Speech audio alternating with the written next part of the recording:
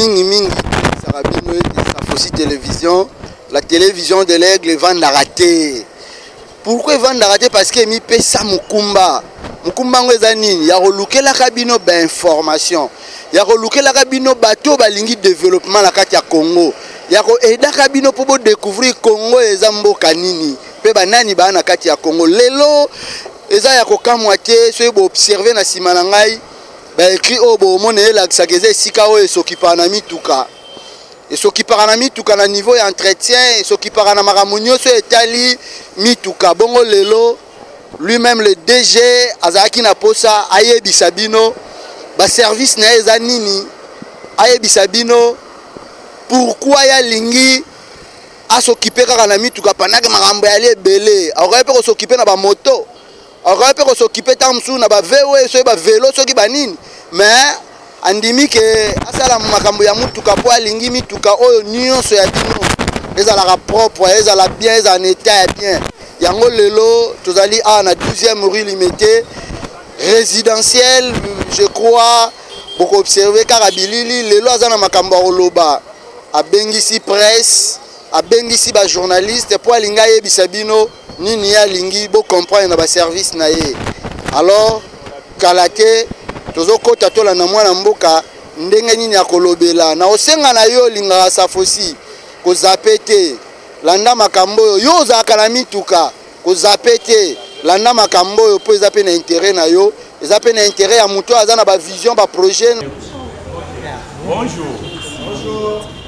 En tout cas, il y a des bossons dans Robanda, Rosenga bino merci pour na esika o komi lelo na mukolo ya mercredi mukolo Jésus a sekwate.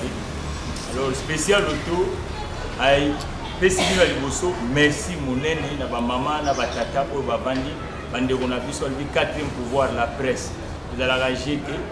Alors na mboka na biso eza esengo komona ke bana mboka ebele ba yeli pena mosala ngo ya photo na ko filmer na ko poser de ba question kasi na ko zwa bino pena ngonga makasi te ransi biso nyonso tamu to uti na banda automati na kati ya camion voiture précisément dans la taxi to ba bazana mo mais spécial auto azali dispensaire ya mituko et déplacer bino l'hôpital monene. Alors les lots de Kijaki to sangana na bino bande ko na biso 4e pouvoir koto mekempe ko sungamboka nzela ya économie na secteur ya mituka parce que mboka na biso bato ebele bazo sala société to former ba licencié B et belé nkama mais industrie etika na biso kaka politique na contre bangote mais ba emploi eza ba secteur mususu précisément na auto bengi automobile ba transporteur baza moke ba garagiste baza moke ba revendeur ami tout baza moke bande ko na biso pe batekaka pine baza moke transport médicalisé moke donc ba secteur wana nde toza penda na retard ikolo lega ki ndeko na biso moko politique azali gouverneur quelque part alela ki na mboka katanga albi ba minier tozoko mabanga ta rezo bime pa na biso mais mituko ezo transporteur moko congolais azati albi na ba banquier au défi ça ba congolais bazala pe belé pote na ko transporter ba mine na biso cobalt cuivre et nyonso et magananzela katanga. Alors ce matin en fait j'ai l'honneur de vous voir ici devant nous la société spéciale auto. Le thème de ce jour est la société spéciale auto avec ses innovations. Innovation, ça veut dire qu'il faut qu'on amène un secteur qui était dans lieux oubliés et devant la scène, apporter des améliorations. Donc on veut dire secteur et outils musika mais tout même modernisation na ipaiwana. Toutes les générations on a biso mécanicien, peintre, quado, tout le monde appelle ça vraiment chance ya vie égalité. Or, l'ipai oyo toujours technologie, toujours science nous surtout ça lié à la science de l'information. Ba métier on a des autombola mboka. Beaucoup d'un mécanicien, c'est un métier respecté. Un quado, c'est un métier respecté. Un peintre, c'est un métier respecté. Le prévenu sur l'hôtel Saint-André, on a ça, l'école technique est Zamouki. À part INPP, na Istandolo, na Oyanjili, na Yamatete, na Oyabungu, dans la 24 communes. Et là, c'est déjà que la politique éducationnelle est négligeable à métier. Et en commençant par la colonisation. Mais maintenant, le moment est évolué. Donc, nous sommes en plein 21e siècle. 2019. Les autres sillons, le développement arrive. Tout ça qui n'a pas été General Motors. Le premier économie subsaharienne qui avait une usine de montage de véhicules. Vous les autres ont importé massivement, même qui ont importé. Or que Bako a biso, na ba papa na biso ba importa quitté. Tout se faisait ici chez nous. Pièces détachées côté, ba monter mutuka, ba teki ba congolais ba sali. Mais le autre commis Dubaï. Hein? Volant droite, Gambaro. Tout ça allait uni. Et puis le consommateur a lésé tous les jours dans le Borabiso. Au sommet mutuka na Dubaï, les recoti na mon Congo, comme on a nos profanes. Oyebelipe état ni technique ni économique. Yo sombi kaka pona misu. Ok mutuka na bamboko eza organisé et somba kama na concession n'était pas na biso awa. Yango moni spécial auto ayi. Spécial auto est né au Congo, ça fait presque 3 ans. 3 ans c'est 36 mois. Donc la République démocratique du Congo a quoi? 50 combien d'années de la presse? 59 ans. 59 ans d'existence sous la souveraineté de nous les autochtones congolais. 3 ans, goutte d'eau dans l'océan. Et ça m'a toujours dérangé. Je ne suis pas vraiment de formation mécanique, je suis de formation économique.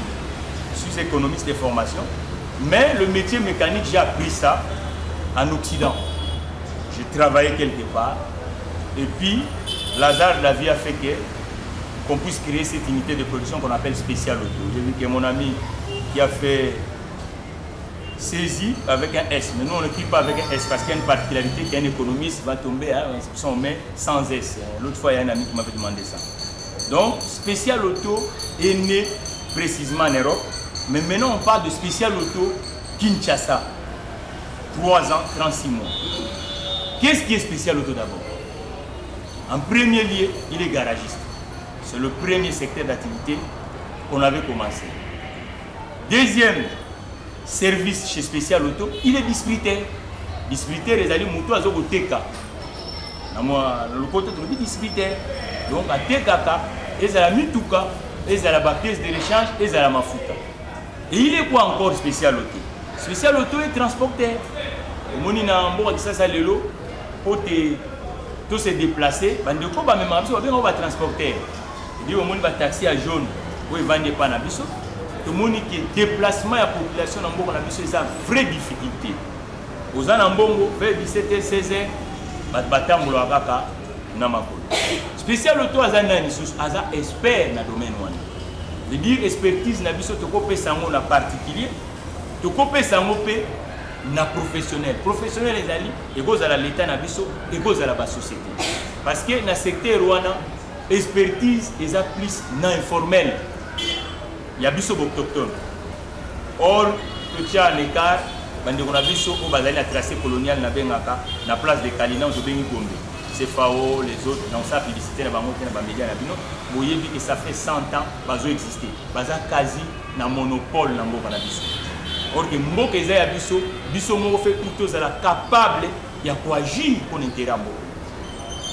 5e président, il faut biso jeunesse peut tout accompagner. 5e président na ba initiative, les biso tous za ba député. Na contre bango.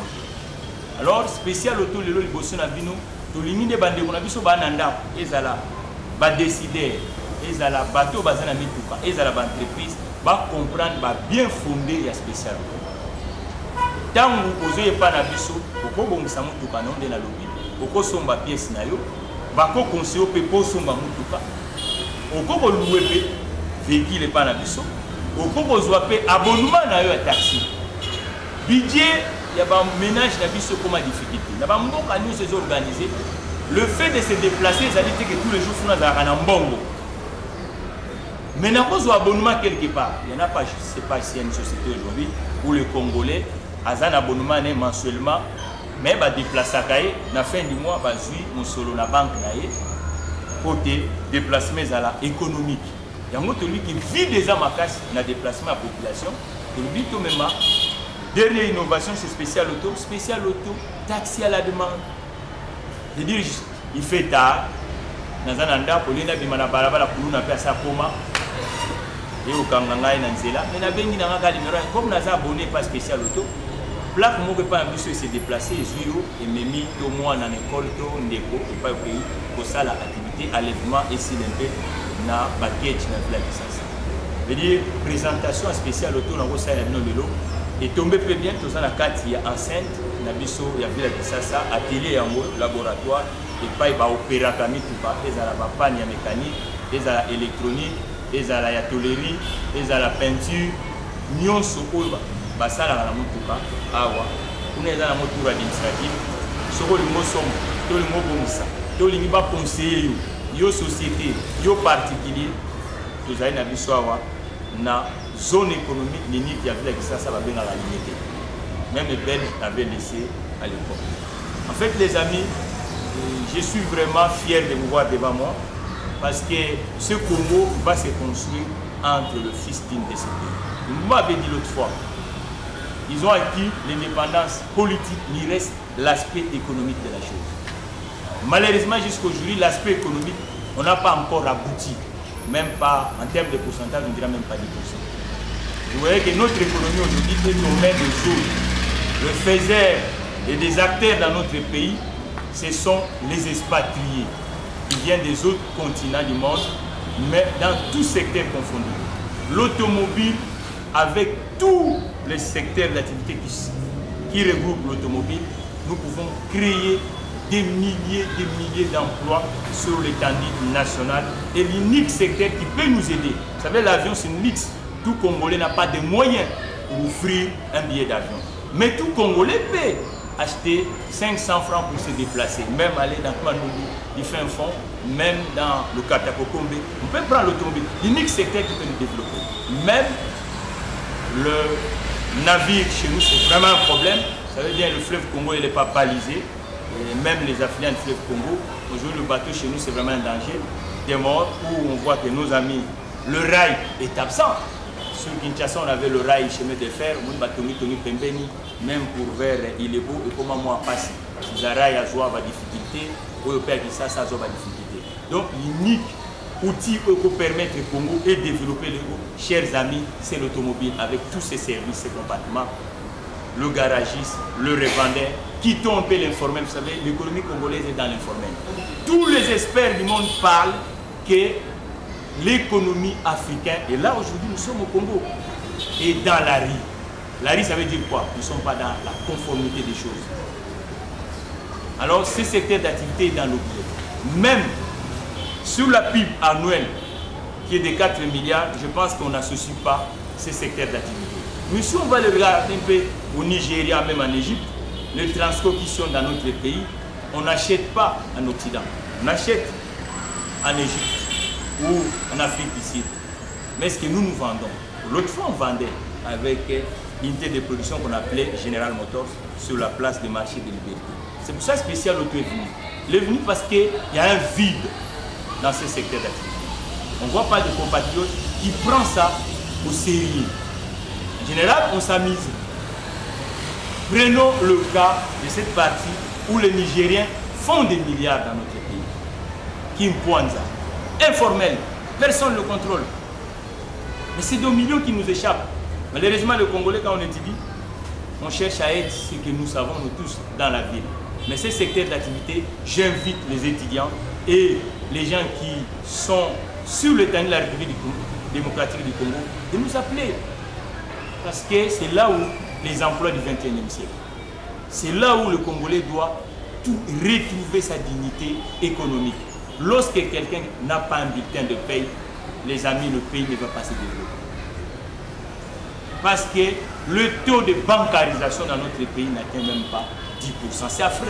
Pourquoi? Les gens ne travaillent pas. On ne va pas créer un compte bancaire lorsque je n'ai pas un salaire à domicilier mensuellement. Or, l'automobile, c'est un vrai vivier. Dans peu de temps, même les ingénieurs congolais qui ont fait l'ISTA, ils peuvent emboîter dans ce secteur. En étant même garagiste ou distributeur, ou loueur, ou taximan, ainsi de suite. Ça peut créer des emplois dans peu de temps. Un mécanicien peut le former en moins de 2 ans. Un économiste, ce n'est pas moins de 2 ans. Et la jeunesse, 56% de la population congolaise a moins de 35 ans. Où on va mettre ces jeunes gens? Qu'est-ce qu'ils vont devenir? C'est pour ça que Spécial Auto est venu. On est spécial parce que c'est un secteur d'activité où même nos experts l'oublient. Même ma partie politique, on va pouvoir considérer qu'il y a mon alerte dans ça. Ma programme, c'est pour ça que le conférence de presse a dit tout Kabolana ma particularité à secteur d'activité. Côté, toi emboîté, tous à la peine à classe moyenne, et ça société dans beaucoup mais tu retrouver classe moyenne dans le secteur, Talalelo, Thomson, et Zokomal pour dominer à Poigne. On va transporter les Roméma, Mbisi na Kisangani, na Wabaza société. Kalabaza, est-ce que Thomson a dominé à Kia? Est-ce que Bimbadou, la Soso et à surgelé, on a dominé à qui? Non. On va transporter les société. Donc nous devons avoir des transporteurs et des garagistes capables à relever le défi économique de ce pays. C'est pour ça que Spécial Auto aujourd'hui avec ses innovations, il est devant la presse pour vraiment montrer l'utilité de ce secteur d'activité que nous exerçons. Merci chers amis. Nous allons passer à la série de questions-réponses. Vous présenter et puis vous donner le nom de votre organe.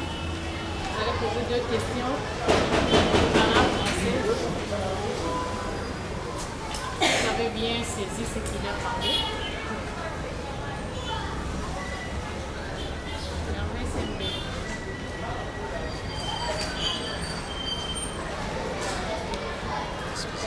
Spécial Auto est excellent dans ses services.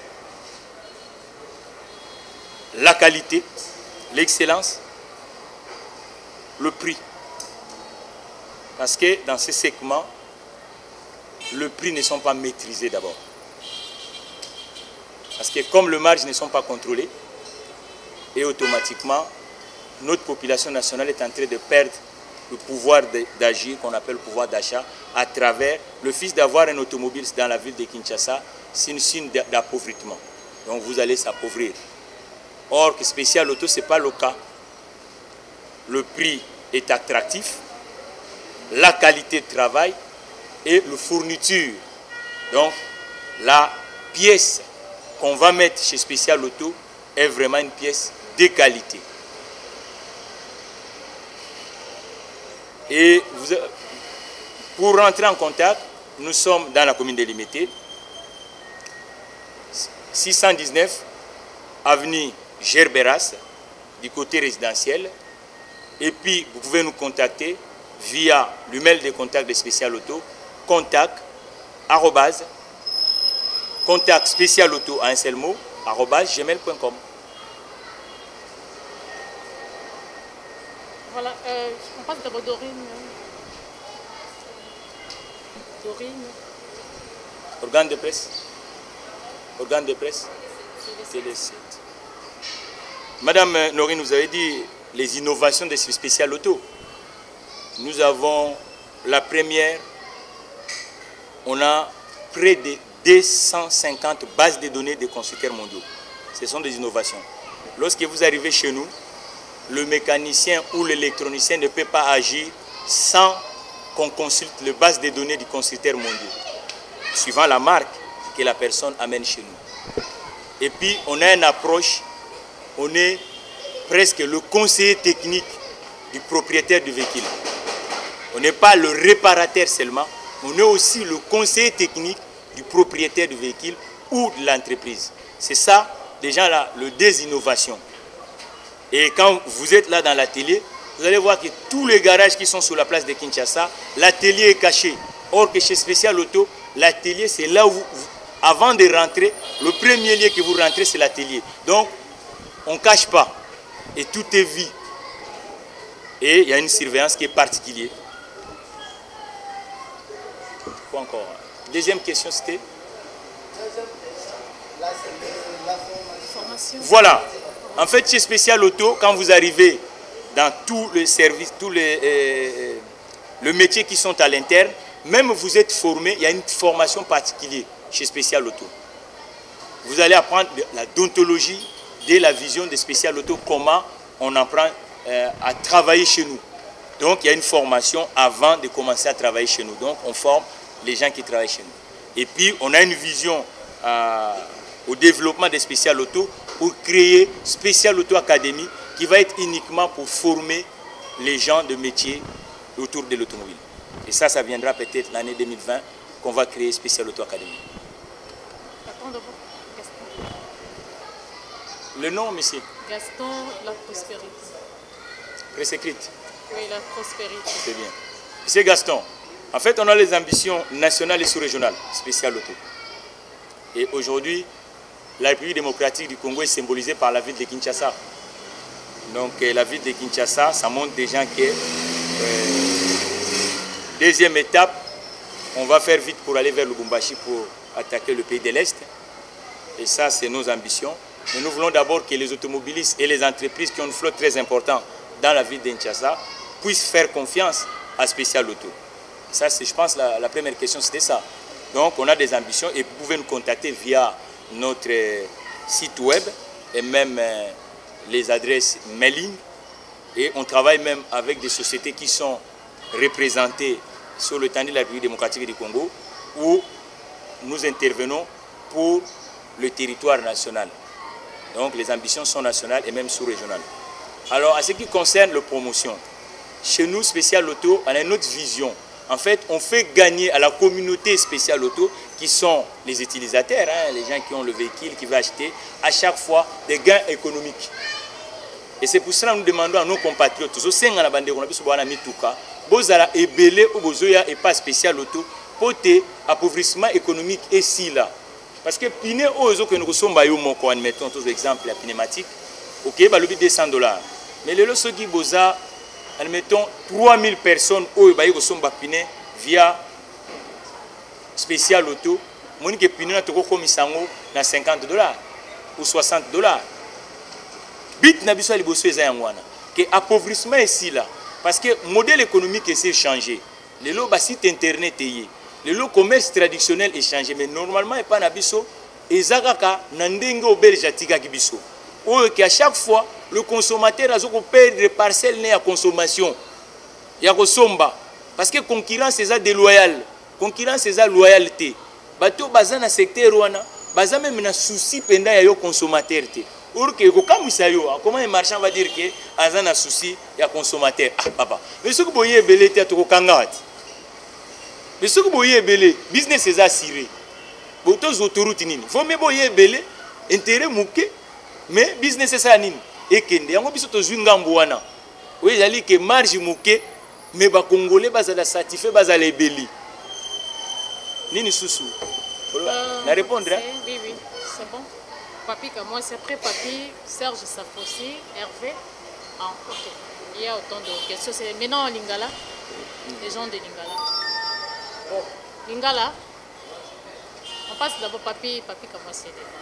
Voilà, Papi Kamwasi, Tindika. Non, on prend d'abord Papa Serge Safossi et puis... Mais c'est Papi Tindika, on s'appelle d'abord un titre, il y a site nayo, et Futo Bengana, Makanisia Mabe. Comprendre? Ils allaient le jour appauvrir le Congo. Alors, question à l'Iboso, le Bikaroua chez Zalarapo, c'est automatique. Non. L'automatisme dans le secteur, il y a tout cas. Et zalité qui pour bien Karoua chez d'abord le Bani. Ils ont monoko à bisoté, il y a latin, français et anglais. C'est-à-dire, ils allaient nettoyage, en vrai sens, le mot Karoua. Au Sokola et Loko. Au Pesa et langue. Mais pas une abisso à Sogoye, puis au Sokola, c'est au Sokola à ma côté. Tous les appareils à machine où ils permettre que préparation esthétique et ça la lolongo bandeko lolenge bandeko na biso limisa lolenge bandeko na biso mindele basala mitukango tozana produit et puis équipement et puis mutu azo bongisa ko sokola mutuka aza pe formé eza métier okoya teka na ndako na onde na mona na ngomba kisasa mutu azo ko pangisa wana eza ko sokola te mutuka ba sokola ke na savon te ba sokola pe na linuka te mais quand c'est pas ya kin karouache okokuta ba particularité wana d'abord oui azana kisinaye o ba ko sokolela ye carrosserie aza pe na produit o ba ko sokolela malheureusement jusqu'à lelo na mboko na biso usine moko au hasard pour fabriquer des détergents. Pour tout ça, la préparation esthétique avec qui la zate. Vous comprenez? Il y a automobile les a vastes. Ils ont un combien de temps tout comme même à niveau que les Congolais sont capables de créer, éviter ce que les produits sont capables de faire. Toujours l'importation. Mais si vous avez les produits à $20, $15, si les Congolais ont créé des usines, vous avez que le secteur a déjà fait ça. Et puis, si vous avez des Congolais sont des ingénieurs, des chimistes, tout ça. Donc, car wash, de kunange panabiso, tozali na ba nettoyant haute pression, ou ba Karcher. Karcher c'est une marque allemande, tout ça la bonne publicité. Tozali pe na ba aspirateur, pote ezana ba batterie mususu, ba salité mususu na misuboye, okomona te surtout de ngoma na biso poussière rebelle. Embouteillage pe rebelle. Route eza tout le temps embouteillé na mboka na biso. Alors, ezala bande so ba policier, ezala biso ba journaliste, ezala ba zuzi, ezala bande ba oteka na wenze, ezala ba politicien. Tozo ko zwa mutuka. O tiepe air comprimé. Mais ce qui mutuka na préparation en esthétique eza bien té. Maladie ya raté sanine. Eye, or que mboka eloko liboso ezali ko entretenir hygiène ya bana mboka. Yango spécial auto alobi car wash akoko négliger té.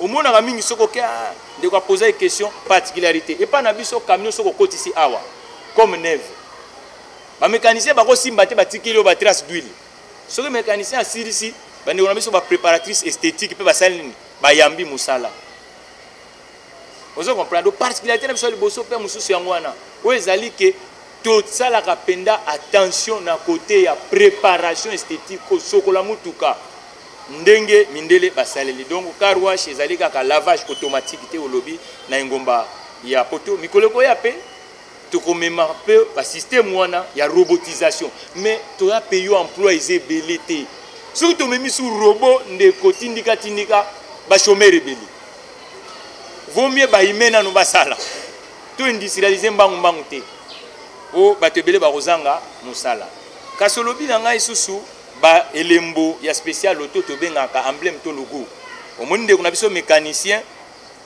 azana santé ya malamu métier wana yo nanga to yebiki na kisasa mutu moko apesa ngo science awa zati dès que colonisation ya awa mécanicien ala nene ti raté ya société or que na bamboka ya bato ba yeko coloniser biso mécanicien aza monsieur comme tout le monde on peut pas avoir un garage sans mécanicien buba ko bongisa mitu wango ndeni. Comment médecin, il faut en santé à malam, mais mécanicien, tu as comme un négligé à la société. Il y a un monique, pas spécial, tu as d'abord moutou azali, artisan, tu artiste, il y a garage, ou un mécanicien, tu tiens en valeur. Mais tu tiens en valeur dans la santé à ma bête. Ah, tout le monde a un colonel, mais colonel pas mécanique, il y a un monique. Tout mécanicien dans le centre, il y a un métier nabiso pour te avoir vraiment valeur dans la société nabiso pour te moutunyo soya et gomba kisasa et la président Félix Tshisekedi et la ministre naye avant à quitter ndakuna kende na bureau naye ça signifie qu'il y a kokota na mutuka alors mutuka wana mutu aswanya ka médecin naye babenga ka mécanicien to électricien to électronicien sikoyo mutu yazo ko soigner eloko ezo memande kwana totie nde liboso ya bato. Serge Mabobo. S'il vous plaît. Papa Serge Safossi et puis Hervé Liberté Plus, Congo News, deuxième et puis. On commence d'abord chez Papa Serge. Merci. Ah, la salle économie, c'est bon. Comment on a dit? Ndeko Ndeko Serge Mabobo Safossi TV na sepeli na question na yo ndenge nini ngai mutu nazala kalaka banquier parce que na salle économie monétaire dans orienté plus dans le monde financier donc que oyo alors tant na silisi économie na fac ya économie na bandi na secteur bancaire banque d'affaires moko na France et na banque wana tuzalaki na ba client ba grand client moko azalaki un grand industriel na secteur automobile veut dire azalaki revendeur à mituka abongisaka etekaka pe pièce mais client wana mokolo mususu tozo solo na ye alobi non nga nazo longolo na monde ya banque oya kokoma financier ya groupe pour travailler na ngai au sein ya groupe nde na quitté monde ya banque na ye ko travailler na groupe automobilier wana. Alors toujours na philosophie c'est mon patron monsieur Flamand, un belge français d'origine belge. Alors tant on a bandi ko sala na ye toujours comme tu sais familiariser qui comme ça lobi nanga monsieur Mathieu, moi je vous vois pas travailler pour quelqu'un. Et pourquoi? Je travaille, je suis tranquille, nanga banquier ou même ngana comme financier. Elle dit non, il faut kanisa comme aux na monde a mutuka mais mutuke comme apena musala na yo. Mais les autres travaillent dans la compagnie ya mituka le balise comme musala nanga ndengini. Elle dit té aux autres travaillent dans monde a mituka mais aux aka financier. Il dit yo ezaka ba qui to sombaki combien. Alors vraiment na lingi ke mutuke comme musala na yo. Nazui bonne commande facture ya garage na bandi kotanga na moni rubrique mo bakomi et mutafuta yango ezaka client tango ba réparation maintenance et préparation esthétique otobengaka métier à garage. Alors nazongi pas patron nga na lobi na ye tala na moni eloko na facture mais na lingi na sala business et collé na oyo alors oh mais vous avez l'affaire avec na 500 garages na France alobi na kozala sous na mécanicien té na kozala sous na taulier té na kozala sous na peintre té na kozala sous na électricien té bato na société non defu ba fournir bango et pas na ngai mais particularité ezali ke na poto mikilo ya bande kuna biso okozala o créer business té mais yo yeba penda business angoté il faut eba biloko wana.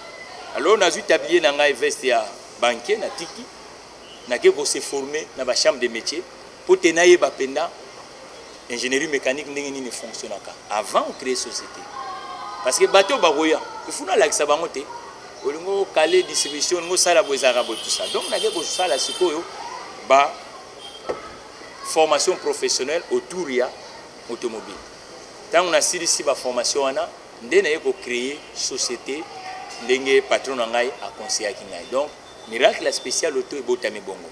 Alors combo ya spécial auto et bimi ndenge nini société abota magana maternité neti moi na bota magana maternité à société za ba benga ngo ou greffe ou chambre de métier ou chambre de commerce. Donc il faut que nous matriculer quelque part. Nous colons na chambre de métier pour tenir que nous sala ba formation formalité administrative ya ko komisa société. Nazo luka kombo et mo na binazo kombo mwana nanga na cha na yanga tout ça mo africain tout ça même na moi un peu rhétorique. Mais kombo zo ya kakati. C'est bon? Na komi na keti na chambre de métier pour na komisa société. Kombo na ezati. Le na vandi na salle d'attente journal moko ezawana na zu journal na tanga édition spéciale. Vous comprenez? Et comme moi je venais du monde de la finance, je dis c'est spécial d'abord, j'ai trouvé les logos. Et c'est là où on a baptisé spécial auto. Donc je récupère le mot édition spéciale, je prends spécial. Et comme on va exercer dans l'automobile, on ajoute spécial auto. On comprend? Il y a une réponse. Alors, deuxième question, na yo lobby na garage, batelier bazalaka, ba peintre bazalaka, ba gister bazalaka, ndenge nini awa toye en apparence est-ce que tolérer ezali? Tolérer ezali. Toza na deuxième site na biso o yali ke na ba travail o esengi ke zwa mikolo ebele mitu rekendeke kuna. Mais ape basalaka. Peintre aza, taulier aza, électricien aza, motoriste aza, mécanicien basalaka frein azali. On peut passer à la climatisation, on peut pas mal l'huile et y a la mituka et pas la biso. Donc, corps de métier nous au garage à Salaka et pas la biso et zali. Alors le lobby capacité d'accueil, biso vraiment capacité de l'ingénieur, il y a ebeli. Tous soit à moins 20% au bandom sous bazoa pendant 100 ans en Mboko. Donc les banques ça bisoté. Boya, togoyamba bino. Et puis dire, ça dépend de mon salaire au yéli. Monsieur Saroya, il y a la révision moteur, monsieur il y a la révision à boîte, monsieur il y a l'entretien, biso a eu la raté. puisque ils ont là business est assuré et pas la biso ce camion ça il y a 3 jours et comme au soir tout comme au ganga parce que ils ont des parking et aéroport au comme foot à air de parking vaut mieux couteau et bimambang ah ils ont casté ils ont fourrière où ils allaient que pas faut vendre ah ils allaient dispensaire au yeto bongisi au bimina ngoké. Hervé Liberté Plus. Non, répondre. Je note. C'est bon, le nom? Hervé. Liberté Plus. Presse écrite. Hein? Monsieur Hervé, je vous remercie d'abord. Moi, Monsieur Takizala Mathieu. Excusez-moi, hein, donc tout le monde, je n'ai pas commencé à me... Voilà, donc c'est pas bon. Je m'appelle Monsieur Takizala. Le prénom c'est Mathieu. Mathieu de la Bible, comme on dit en général. Donc, en fait, Spécial Auto est distributeur. On ne peut pas distribuer sans avoir des fournisseurs. Le fabricant, ce n'est pas lui qui distribue. Lorsqu'un fabricant fabrique, il s'associe avec des distributeurs. Aujourd'hui, nous sommes dans un pays émergent. Le Congo n'a pas le même bourse qu'on appelle un pouvoir d'achat d'un Européen, d'un Américain. Aujourd'hui, les véhicules qu'on doit vendre au Congo, le source d'approvisionnement doit être proche de nous. Vous comprenez? Parce que si on va s'approvisionner, par exemple à partir des États-Unis, ça va être vraiment une grande difficulté pour le consommateur congolais. Aujourd'hui, les sources d'approvisionnement, il y a une grande partie qui vient aussi de l'Europe, mais en Europe, beaucoup, ce sont des véhicules seconde main, des occasions, moins de 5 ans. Où l'Européen n'a plus besoin de ça, automatiquement, nous, comme on n'a pas le même bourse avec des Européens, on essaie d'amener ça auprès de bourses congolais pour que vous ne puissiez pas s'appauvrir. Ce n'est pas le cas avec les autres marchands qui sont aujourd'hui dans la République démocratique du Congo. Et ils s'en foutent que la population s'appauvrit. Mais nous, Spécial Auto, non. Nous tenons compte du bourse congolais, du ménage congolais.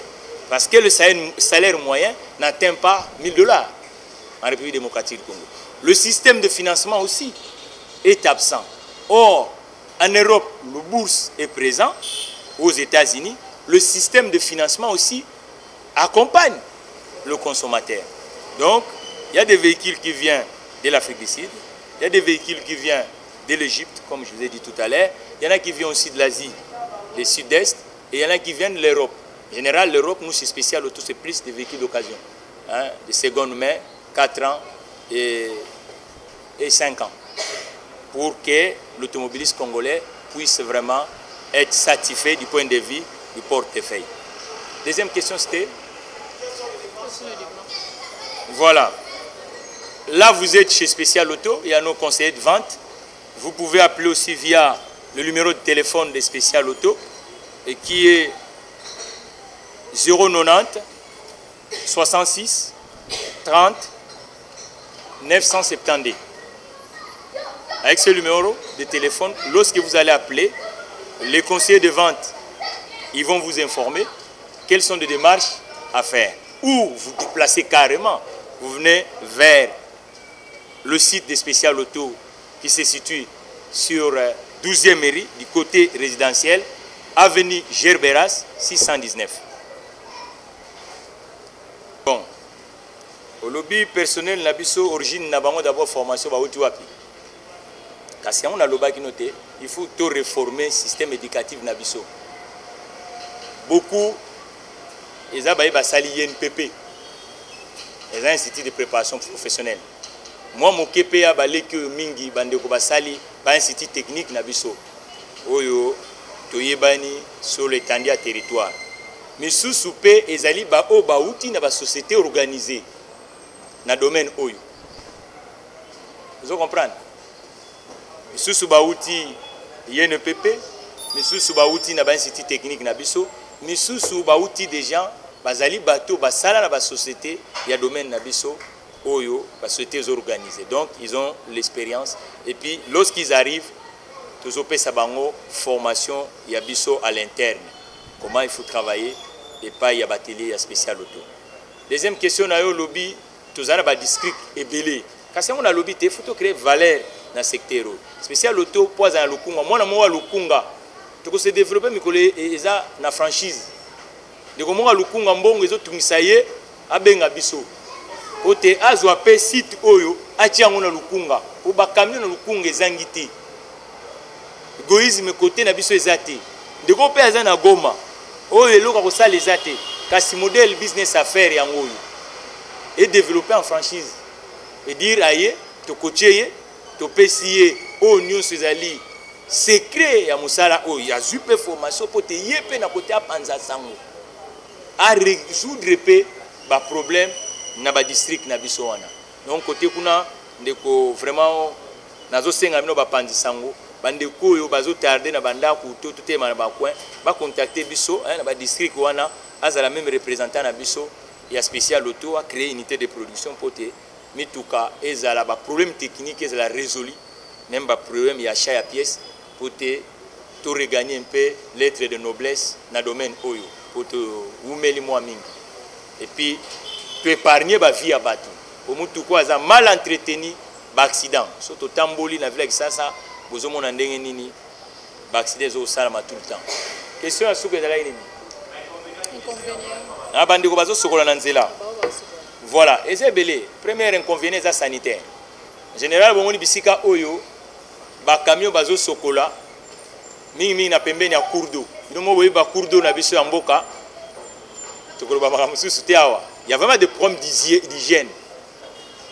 Il y a la saleté, savon, on a des toxiques, les microbes, batteries, ainsi de suite. Deuxième, c'est économique.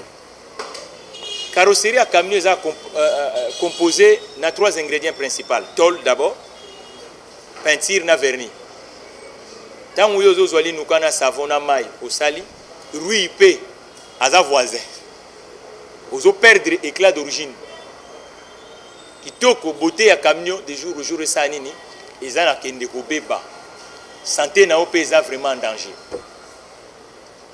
Ainsi na répondre boya et pas spécial auto ba sokola bino na bakisi o esengi ke po bina mai o ya malamu mai na force ya courant ote mituka wana eumela entretien zaka ko kitsa mafuta te mais y compris que sokola eza peut faire partie na entretien mituka. Madame Solange là. Oui, la compagnie est appelée Belete. La différence est que Belete pénate, la compagnie est allée. Mais la différence est que la approche. Éviter ce que la compagnie est vendre parce qu'ils ont concerné les secteur d'activité. Mon approche est d'abord que le concerné est consommateur, est congolais, et aller écolo, est bisoté. Parce que les gens ont vendre et garantie au lobby d'abord. Ezali to veya kanelo kwa mutu tangu yo ye na mutu kanoko kitisa awa tozali na papier moko babenga ka fiche de prise en charge oyo yali ke bande na biso ya administration bakozwa dava ba yamba voiture na yo basali na yo contrôle ya mutu kanayo est-ce qu'il y a des gens na boss quelque part est-ce que vitre et pasuki est-ce que le roni no tikaki na kati ya mutuka yo o signé bango ba signé pote les royaux zo camion na yo preuve ezali ko tikaki camion le biloko nyonso yo komaki ba komaki faut ezala. Deuxième garantie ezali le travail bien fait mais wana lo balanga mais DG travail bien fait de nini déjà nga na ye nango mais tolingaka retour sur atelier pas na bisoté veut dire pour client moko ko memela biso ba client kama alors tolingaka client nyonso a commis déjà pas biso azala ambassadeur to ambassadrice na biso bipai yo ya vandi garantie a misa to yali rapport prix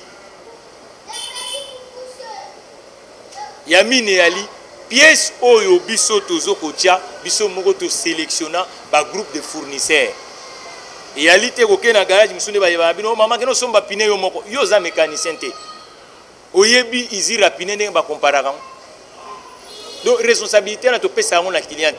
Responsabilité on est en komblaka ka biso. Au côté si mutuka, musala nyonso ya kosenga garage ya kosala yango. Et puis après to livrer yo. Mais to livrer ka so to assurer que musala ne sili bien pour to pesa mutuka na. Pour ozala muto yo oza satisfait na aspect technique et puis économique. C'est bon?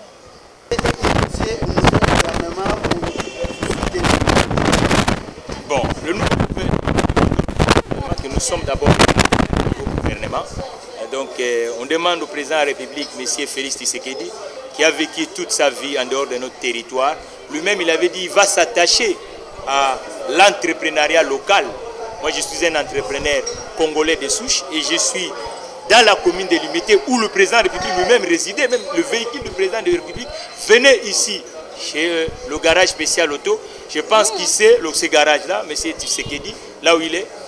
Nous, les entrepreneurs congolais, nous demandons, moi-même particulièrement, de nous accompagner. Automatiquement, on va avoir un ambassadeur qui va permettre aux usagers congolais, professionnels ou particuliers, pour résoudre nos problèmes techniques et d'achat. Merci. Et si aujourd'hui, parce que le ministère des Affaires sociales s'occupe aussi des centres de formation qu'on sort, si aujourd'hui le gouvernement est en place, est mis en place plutôt, quelle proposition ou quelle collaboration souhaiterez-vous d'avoir avec le ministère des Affaires sociales, parce que les centres de formation, les formations techniques, il y a une partie qui est gérée par le ministère des Affaires sociales. C'est ce que je vous ai dit tout à l'heure, qu'on a pris un retard énorme dans ces segments ou l'absence du professionnalisme dans ces domaines. Et nous demandons aux nouveaux venus du ministère de l'Affaires sociales de prendre contact avec nous pour former la jeunesse congolaise dans ces domaines-là. Qu'on puisse avoir des ouvriers qualifiés. Et on a une vision de créer spécial auto-académie pour qu'on puisse avoir des agisteurs formés, qualifiés, ouais, avec le standard international. Et là où vous allez voir que les autres entreprises viendront au Congo. Lorsqu'on va avoir l'absence des ouvriers qualifiés, le Congo va tarder, et surtout dans ces segments. Donc nous demandons au Premier ministre qui vient d'être élu de nous écouter et on va l'accompagner pour que la réussite dans ce domaine soit vraiment totale.